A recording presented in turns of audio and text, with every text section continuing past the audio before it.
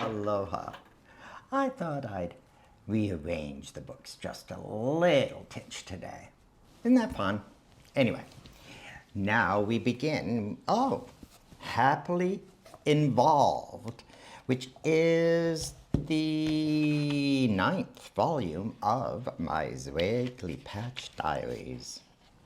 And here we start with the introduction, which is in Zwerglipatch on Saturday, October 16, 2010 at 6:28 p.m. Eastern Daylight Time.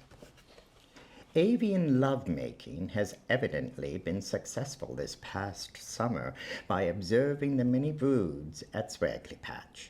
The red poles and cardinals each hatched and raised 4 different clutches, which adds up to at least more than a dozen new members of our Society of Birds. It is a fact also that these new birds will be able to make nests, woo a mate, and raise young next year. For a tiny creature, their brains are born with an inherent knowledge of many skills. Praying mantises live only one season. I've watched these intelligent creatures' life cycle and their sense of survival for the duration of heat and storms and finding mates. Humans are voyeurs of love.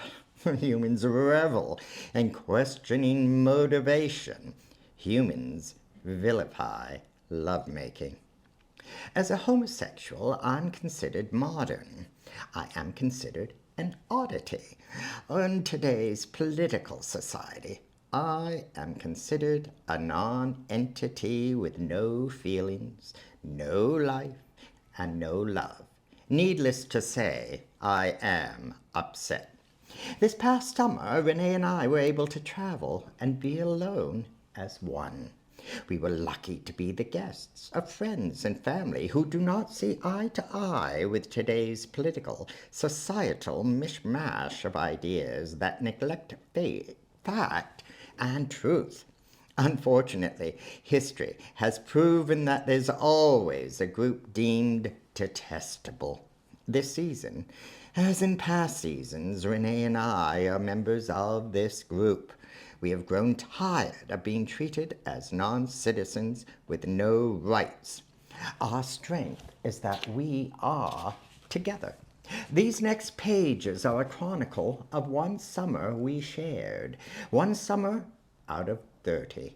We are amused when we read that homosexuals never live a happy, complete life as a couple in a society. It said love for us is a myth. If what we feel is not real, what is? Reality is truth. I have found it difficult to define love. I haven't. I live love. Living is being. Being who we are with those around our lives can be seen in the next pages. Thankfully, except for the general political society, we have no angst with those in our immediate path. We are accepted and loved. In our travels, we have the pleasure of witnessing life around us. Our rambles takes us to corners previously unknown. We enjoy the moments of sitting and watching and being together. As our love grows, our senses awaken. This awakening has been empowering. The awakening of youth is ongoing. Yes, I do mean youth, for age is a mere trifle. It's the growth of knowledge that keeps us young. When one ceases to accept new ideas and items, one is old. Most people wish to be old, and are, for they neglect the presence of too many and too much. I tire of these oldsters determining who I should be. I've always been sure of who I was, even when I considered I was alone with loneliness. I knew I was me. I was me. It delights me to write that me is now we. In the late afternoon sun, which shines through my window, Prisms catch and break the rays into familiar rainbows. My space is awash with bits of colorful light. I am thankful that we humans, unlike birds and insects, are able to live for what we consider years and share what we have learned and pass this knowledge on to future generations. This ability is special. Thusly, someday soon, we will learn that love is as much as a fact as rainbows coming out of prisms. Our crystalline hopes will be preserved and become part of our natural instinct. Oftentimes, I am asked, "Are you gay?" Without a hesitation, I answer, "Yes, and I am very happy." I have no room for lies in my words, thoughts, feelings. This elder youth has awakened to truth. Truth, like happiness, is strong.